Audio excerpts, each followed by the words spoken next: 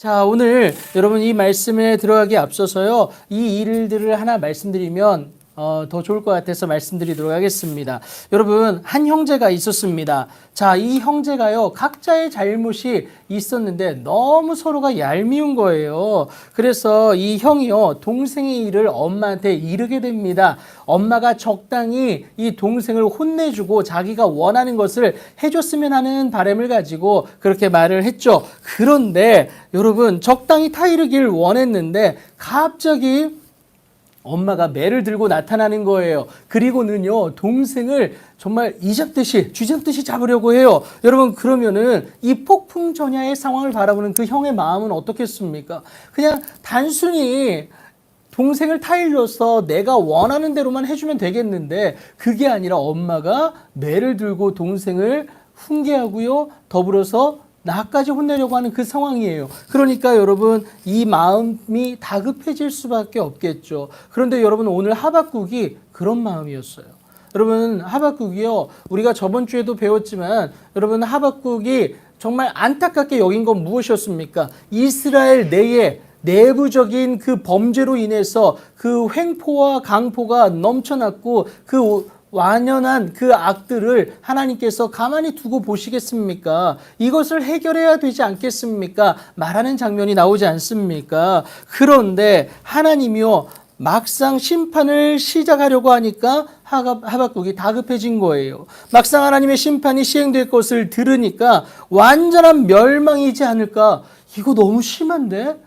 하나님 적당히 해주셔야 되는데 그게 아니라 완전한 멸망이 임할 것 같은 그 두려움이 이 하박국에게 들었다라는 겁니다. 그리고요, 왜 하필이면 심판의 도구가 더 악한 바벨론이냐? 갈대아 사람들이 세운 나라가 바벨론 아닙니까? 왜 바벨론이냐? 이해가 되지 않는 거였어요. 그래서 원수들로부터 보호하시겠다는 하나님의 그 약속은 온데간데 없어진 겁니다. 여러분, 사무엘하 7장 8절부터 16절을 보면요, 하나님이 그 이스라엘 민족을 안전하게 보존하시겠다라는 것을 분명하게 말씀을 하십니다. 여러분, 우리가 요즘 요셉 이야기, 창세기에 대해서 묵상하지 않습니까? 하나님이 그 이스라엘의 자손들을 보호하시기 위해서, 보존하시기 위해서 그 기근 가운데에 애굽으로 이주시켜서 하나님의 놀라운 은혜 가운데 그 후손들을 남기게 되는 은혜를 누리게 되지 않습니까? 그런데 오늘은요, 그게 아니라 완전히 멸망하는 듯한 그 모습을 하박국이 바라보게 돼요.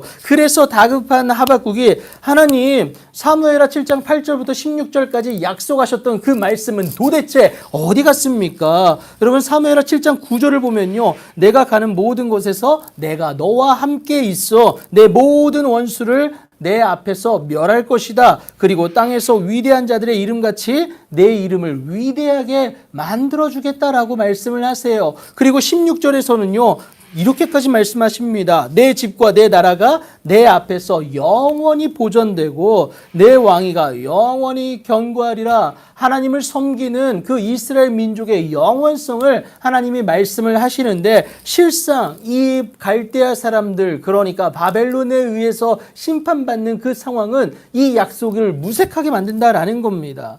그래서 여러분, 하박국이 하나님께 다시 한번 호소하는데, 나의 하나님, 나의 거룩하시니요 라고 하면서 12절부터 그 호소가 이어지게 됩니다. 그 첫 번째는요, 주께서는 만세 전부터 계시지 아니하셨습니까? 여러분, 12절 계속 이어서 보시면요, 우리가 사망에 이르지 아니하리이다. 하나님의 역사하심으로 말미암아 우리가 절대 사망에 이르지 아니하겠다라는 것을 말하죠. 그리고 여호와여, 주께서 심판하기 위하여 그들을 두셨나이다. 반석이여, 주께서 경계하기 위하여 그들을 세우셨나이다. 우리를 향한 하나님의 구원은 여러분 절대 취소되지 않습니다. 하나님은요, 여러분, 우리를 한번 사랑하시기로 작정한 것을 어기지 않고 끝까지 지켜주시는 하나님인 줄 여러분 믿으시기 바랍니다. 그래서 예수님도 요한복음 13장 1절에서 자기 사람을 사랑하시되 어떻게 사랑하십니까? 끝까지 끝까지 사랑하신다라고 말씀하시는 것 아니겠습니까? 하나님의 마음이 그대로 반영된 모습입니다. 그래서 여러분, 우리의 구원이 절대 취소되지 않는 것도요, 요한복음 10장 28절 29절에서 얘기를 합니다. 여러분, 요한복음 10장 28절 제가 말씀드리면요, 내가 그들에게 영생을 주노니 영원히 멸망하지 아니할 것이요 또 그들을 내 손에서 빼앗을 자가 없겠다라는 것도 분명하게 말씀을 하십니다. 여러분, 그들을 주신 내 아버지는 만물보다 크심에 아무도 아버지의 손에서 우리를 빼앗을 수가 없다라는 것을 예수님이 확정적으로 말씀을 하세요. 여러분, 하박국 또한 이것을 알았습니다. 갈대아 사람들은 단지 하나님의 심판의 수단일 뿐이다라는 것도 확인해서 알고 있죠. 그들을 세우신 이유가요, 죄악된 우리의 현실을 경계하기 위함이다라는 것도 여러분, 하박국이 왜 몰랐겠습니까? 그런데 결국 하나님은 당신의 백성을 절대 내버려 두질 않으시지만 지금의 이 상황이 두려울 수밖에 없지 않겠습니까? 그래서 하나님께 호소하고 있는 것이죠. 여러분, 이 상황 가운데서 우리가 기억해야 될 것은 다른 것이 아니라 하나님은 당신의 자녀를 절대 내버려 두질 않으신다라는 겁니다.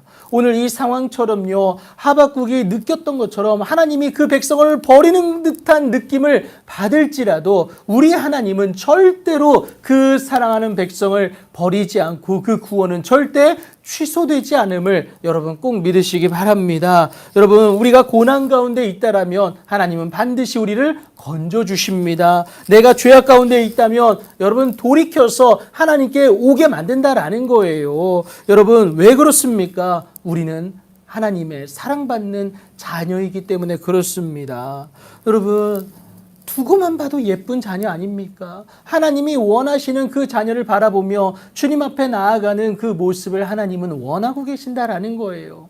여러분, 여러분들의 자녀가 만약 원하는 방향성으로 나아가지 않으면 어떻습니까? 여러분, 그 자녀를 훈계할 때 너 망하라고, 너 잘못되라고 여러분 더 훈계하고 더 무너지게 만듭니까? 아니라는 거죠. 여러분, 그 자녀들을 훈계하는 이유는 잘못된 길에서 벗어나 올바른 길, 하나님께로 나아가는 그 올바른 길로 돌아오길 원하는 마음으로 그 훈계를, 그 혼냄을 진행하지 않습니까? 하나님 역시 마찬가지라는 거예요. 여러분, 우리가 고난 가운데 있지만 하나님의 자녀임으로 말미암아 승리하며 나아갈 수 있는 이유를 바울이 얘기하는데요. 그 상황이 어떤 상황인지도 바울이 말을 합니다. 고린도후서 4장 8절 9절에 이렇게 얘기하는데요. 우리가 사방으로 우겨싸움을 당하여도 쌓이지 아니하며 답답한 일을 당하여도 낙심하지 아니하며 박해를 받아도 버림받지 아니하며 거꾸러뜨림을 당하여도 망하지 아니하는 이유는 우리는 누굽니까? 하나님의 자녀, 선택된 백성이기 때문에 하나님의 절대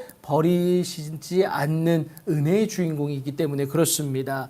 그러나 여러분, 죄에 대해서는 반드시 버려셔야 하는 그 하나님, 공의의 하나님이다라는 것을 기억하셔야 됩니다. 여러분, 그분의 눈은 여러분 13절 상반절을 보니까 어떻습니까? 정결하다라고 표현을 하죠. 그래서 악을 참아 보지 못하시며 패악을 참아 보지 못한다라고 말을 하고 있습니다. 그러니까 이 악에 대해서는 반드시 제거해야 되는 그 모습이 우리 하나님 가운데 있다라는 겁니다. 여러분, 그 하나님이 우리에게 뭐라고 말씀하시느냐? 여러분, 이 내가 거룩하니, 여러분 레위기 11장에서 얘기하죠. 내가 거룩하니 너희도 거룩하라 라는 것을 분명히 말씀을 하세요. 그런데 여러분, 이 거룩에서, 이 거룩의 히브리 원어로 카도시라는 단어인데요. 여기에는 그 원어적 의미가 뭐냐? 도려내다라는 의미가 있습니다.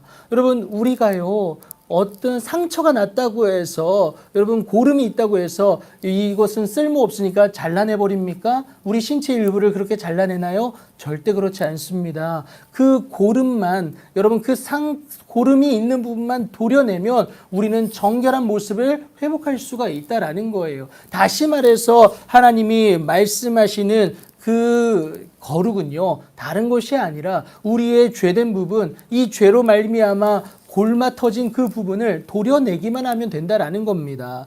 그래서 오늘 13절이 말하는 것은 그의 눈은 정결하고요, 악을 참아 보지 못하고 패악을 참아 보지 못하기 때문에 여러분, 그 죄악만, 그 패악만 도려내면 우리는 누구를 바라볼 수 있습니까? 하나님의 바라보심의 은혜를 누릴 수가 있다라는 거예요. 여호와의 얼굴이 내 앞에 비춰지게 되는 그 은혜를 누리게 된다라는 것, 이것을 의미하고 있습니다. 그런데 지금 하나님의 선택된 백성 앞에 불의한 일이 일어날 것이 하박국은 도무지 이해가 되지 않는 겁니다. 하나님이 악을 보지 못하신다고 분명히 말씀하시는데 당신의 눈은 정결하다고 얘기하는데 지금 바벨론 사람들, 그러니까 갈대아 사람들의 손에 의해서 당신의 선택된 백성들에게 악을 행하는 그 모습이 있어질 것이라고 말씀하시는데 이해가 되지 않는 거예요. 하나님은 악을 싫어하신다라고 하는데, 여러분, 이것은요, 내가 나의 악을 먼저 바라보면 여러분 이런 불평이 나오지 않습니다. 내가 나의 악을 바라보지 못하고요, 다른 사람의 악만 바라보니까 왜 하나님이 이렇게 하냐고 여러분 따질 수밖에 없는 겁니다. 그런데 내가 먼저 코람데오의 모습으로 하나님 앞에 올바르게 선다면 여러분, 하나님이 보기 싫어하시는, 하나님이 참아보지 못하는 그 고름진 죄악을 도려내는 그 모습이 나에게 먼저 있게 된다라는 겁니다. 백성들 안에서 일어나는 일 때문에 또 하나님의 심판의 도구인 갈대아 사람들에 의한 것도 하박국은 이해가 되질 않아요. 여러분, 당연한 겁니다. 여러분, 막상 이러한 상황이 우리 가운데 닥치면 우리도 이해가 되지 않고 하나님이 왜 이러시는지 여러분 불평이 나올 수밖에 없을 것 같습니다. 이러한 상황을 하박국은요, 하나님의 방관과 잠잠하심으로 이렇게 표현을 하고 있습니다. 13절 하반절이죠. 당신의 자녀에 너무 무관심한 것이 아니냐라고 하면서 하나님 앞에 나아가는 거죠. 하나님의 형상대로, 여러분 창세기 1장 27절에서 말하는 것처럼 하나님의 형상대로 지어진 사람을 어찌 그들에 의해서 바다의 고기나 벌레같이 여기시는지 여러분, 하박국이 하나님을 향하여서 항의합니다. 심판해달라고 해놓고서는 또 항의해요. 너무 이건 가오갑니다. 하나님, 도대체 무슨 의도로 이런 상황을 겪게 하십니까?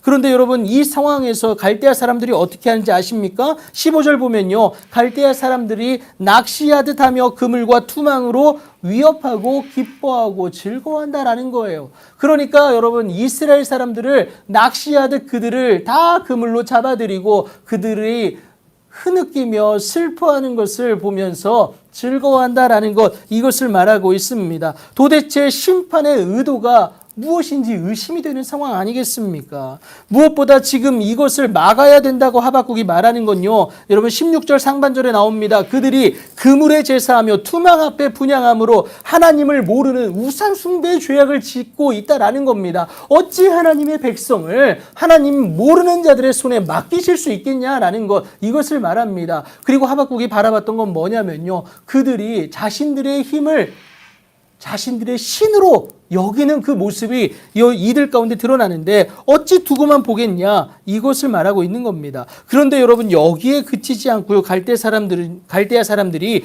그물을 떨고는, 그러니까 그물에 잡힌 물고기들을 비운다라는 의미죠. 떨고는 그 힘과 경험을 가지고 남유다만이 아니라 여러 나라를 무자비하게 멸망시키려 한다는 사실입니다. 그러니까 하나님의 살아계심이 세계 만방에 전해지는 것이 아니라 하나님의 백성이 무너짐으로 말미암아 하나님이 없는 것처럼 여겨지는 모습이 전해질 수밖에 없다라는 것을 의미하고 있습니다. 하나님의 백성을 이겨낸 그들의 횡포는 불을 보듯 뻔합니다. 하박국은 이러한 불의한 상황에서 하나님은 어찌하실 것입니까? 이런 상황들이 예상되고 보여지는 것들이 있는데 하나님 도대체 어떻게 하실 겁니까? 이렇게 이해되지 않는 지금의 상황을 하나님께 묻습니다. 그리고는 2장 1절이죠. 내가 무엇을 어찌할 수 있겠느냐? 그가 내게 무엇이라 말씀하실는지 기다리고 바라보리라. 하나님께 기도하면서 하나님께 물으면서 하나님이 어떻게 역사하실지 기다린다라는 겁니다. 나의 질문에 대하여 어떻게 대답하실는지 내가 보리라. 하나님에 대한 신뢰가 담겨 있다라는 것 여러분 꼭 기억하시기 바랍니다. 여러분, 내 경험과 내 이성으로 하나님을 판단할 수 있습니다. 하나님 이건 아니잖아요. 하나님 이건 잘못됐잖아요. 아니요. 여기에 그치지 않고요. 하나님, 내 생각은 이렇고요. 내가 바라보는 견해는 이렇습니다. 그러나 하나님이 어떻게 말씀하실는지 내가 기다리겠습니다. 오늘 하박국이 이렇게 고백하고 있는 겁니다. 이성의 합리적 사고는요, 아니라고 하지만 내가 발견하지 못한 하나님의 생각은 없는지, 또 하나님의 의도는 무엇인지 잠잠히 기다린다라는 겁니다. 여러분, 로마서 8장 25절에 이런 말씀이 있습니다. 만일 우리가 보지 못하는 것을 바라면 참음으로 기다릴지니라. 우리의 구원이 언제 이루어질지, 나의 회복이 언제 이루어질지 내가 알 수 없을지라도 하나님의 인도하심으로 말미암아 반드시 주어지는 은혜임을 확신하면서 기다리는 것이 우리에게 필요하다라는 겁니다. 여러분, 내 때에 이루어져야 하나님의 은혜입니까? 하박국 2장 3절 우리가 나중에 나누겠지만 하나님의 정한 때에 그 일들이 이루어지게 됩니다. 더디 이루어질지라도 그때가 되면 신속하게 이루어지는 것이 하나님의 일이에요. 여러분, 기다리는 것이 믿음입니다. 때로는 이해되지 않고요, 정말 하나님이 살아계신지 의심되는 상황들이 우리 가운데 일어날 때가 왜 없어요? 있습니다. 그럼에도 불구하고 하나님은 살아계시고 하나님은 나를 잊지 않으심으로 말미암아 회복시키실 것을 소망하면서 기다림으로 나아갈 수 있는 여러분들 되길 축복합니다. 그래서 히브리서 기자는요, 믿음은 바라는 것들의 실상이요 보이지 않는 것들의 증거다라고 말한 이유가 여기에 있는 것 아니겠습니까? 여러분, 믿는 자로 이 세대를 본받지 말고 이 세대 가운데서 살아갈 수 있어야 하는 우리입니다. 여러분, 우리가 이 상황 속에서 가져야 할 자세는 다른 것이 아니라 하나님을 온전히 신뢰함으로 기다려야 된다라는 거예요. 납득되지 않고 이해되지 않는 상황 가운데서 하나님이 원하시는 뜻을 발견하고 또 분별해 내어서 살아내야 하는 것이 우리의 사명이다라는 겁니다. 로마서 12장 2절 하반절에서요, 하나님의 선하시고 기뻐하시고 온전하신 뜻을 우리가 분별해내는 것 너무나도 필요합니다. 그런데 여기에서 그치면 안 돼요. 이 분별한 뜻을 가지고 여러분 살아내는 것이 우리에게 필요하다라는 겁니다. 야고보 사도가 말하죠. 야고보서 2장 22절에서 믿음이 행함과 함께 일한다고 말하지 않습니까? 그리고 그 믿음에 따른 행함이 우리의 믿음을 온전하게 세워간다라는 것도 말하고 있죠. 이것을 통해서 여러분 하나님의 나라는 확장되어 간다라는 것 여러분 꼭 기억하시기 바랍니다. D.L. 무디는 말했습니다. 여러분 100명 중 1명은 성경을 읽지만 나머지 99명은 그리스도인을 읽는다라고 분명히 말하지 않습니까? 여러분 이게 무슨 의미입니까? 여러분 성경을 통해서 만나는 하나님이 그들에게는 너무 생소해요. 하지만 하나님을 섬기고 예수 그리스도를 구주로 삼는 우리의 삶의 모습을 통해서 그 하나님을 바라보는 모습은 비일비재하게 일어난다라는 겁니다. 그래서 여러분 마태복음 5장 16절에서 예수님도요, 너희의 착한 행실을 통하여서 하늘에 계신 하나님께 그들이 영광 돌리게 만들라라고 말씀하시는 것도 여기에 있는 이유와 같습니다. 여러분 하나님의 나라는요 이것을 통해서 확장되어 갈 겁니다. 오늘 이해할 수 없는 하나님의 일하심 앞에 서 계십니까? 그렇다고 여러분 하나님이 나를 외면한 것 절대 아닙니다. 하나님은 여전히 저와 여러분을 사랑하시고 저와 여러분의 앞날을 위해서 크고 은밀한 일을 준비하고 계십니다. 그렇다면 우리가 무엇을 해야 되느냐? 여러분 코로나19로 인해서 너무나도 어려워진 상황이에요. 그런데 여기서 우리가 할 수 있는 건 무엇이냐? 여러분 내 생각과 내 경험과 내 이성과 내 힘과 능력이 아니라 오로지 하나님만 의지함으로 하나님께 기도함으로 나아가는 그 모습이 저와 여러분에게 필요하다라는 겁니다. 기도하셨습니까? 그렇다면 여러분 하박국처럼 기다릴 수 있는 여러분들 되길 축복합니다. 그리고 그 하나님의 생각을 기대하십시오. 어떤 대답을 주실는지 어떻게 나의 삶을 인도해 가실는지 여러분 기대하심으로 나아갈 수 있는 여러분들 되길 축복합니다. 여러분 우리의 생각을 뛰어넘는 하나님의 생각이에요. 여러분 이사야 55장 8절 보면요 내 생각과 너희의 생각은 다르다라고 얘기합니다. 여러분 우리의 머릿속에서 그 하나님 사고되어지면 그 하나님은 하나님이 아니에요. 우리의 머리로 예상되어지는 하나님이라면 그 하나님은 하나님이 아니라는 겁니다. 그런데 우리의 하나님이 위대한 하나님, 여러분 로마서 11장 36절에서 바울이 고백한 모든 만물의 창조주되고 우리 삶의 통치자가 될 수 있는 그 하나님이 될 수 있는 유일한 이유는 나의 생각을 훨씬 뛰어넘어 역사하실 하나님의 놀라운 은혜와 능력이 있기 때문인 줄 여러분 믿으시기 바랍니다. 그저 그런 우리의 삶일 수도 있지만요, 우리 삶 가운데 알지 못하는 크고 은밀한 일을 하나님은 반드시 저와 여러분에게 보여주실 줄 믿으시기 바랍니다. 여러분, 그 하나님을, 그 여호와 하나님을, 그 만군의 여호와 하나님을 여러분 기다리십시오. 여러분에게 어떤 대답을 주실지 누구도 예상할 수 없습니다. 그 하나님을 온전히 신뢰하는 자에게 하나님은 예레미야 33장 3절의 말씀처럼 크고 은밀한 일을 반드시 보여주십니다. 여러분, 그 크고 은밀한 일의 주인공이 되기 위해서 우리가 해야 될 일이 무엇입니까? 선지자 예레미야를 통해서 하나님 분명히 말씀하시죠. 너는 내게 뭐하라고 얘기합니까? 부르짖으라. 그 하나님을 찾고, 이해되지 않는 상황 가운데서도 하나님을 찾고 하나님께 감사함으로 오늘도 하나님께 나아가는 그 모습, 그것이 하나님의 크고 은밀한 일의 주인공 되게 만든다는 것 여러분 꼭 기억하시면서 주님 앞에 나아갈 수 있는 여러분들 되길 축복합니다. 여러분, 너무나도 감사한 건요, 하나님은 저와 여러분의 부르짖음을 들으신다라는 거예요. 이것을 시편 기자가 고백하는데 시편 40편 1절입니다. 내가 여호와를 기다리고 기다렸더니 귀를 기울이사 나의 부르짖음을 들으셨도다. 여러분, 나의 목소리를 외면하는 세상입니다. 하지만 우리 하나님은 우리의 부르짖음을, 우리의 안타까운 그 울음을 들으시고 저와 여러분들에게 반드시 크고 은밀한 일로 응답하여 주실 줄 믿으시기 바랍니다. 오늘 이 은혜를 사모하면서 오늘도 풀리지 않는 우리 가정의 문제, 내 자녀의 문제, 우리 사업의 문제, 또 우리 건강의 문제를 하나님께 아뢰고 어떻게 대답하실는지 기다릴 수 있는 여러분들 되기를 축복합니다.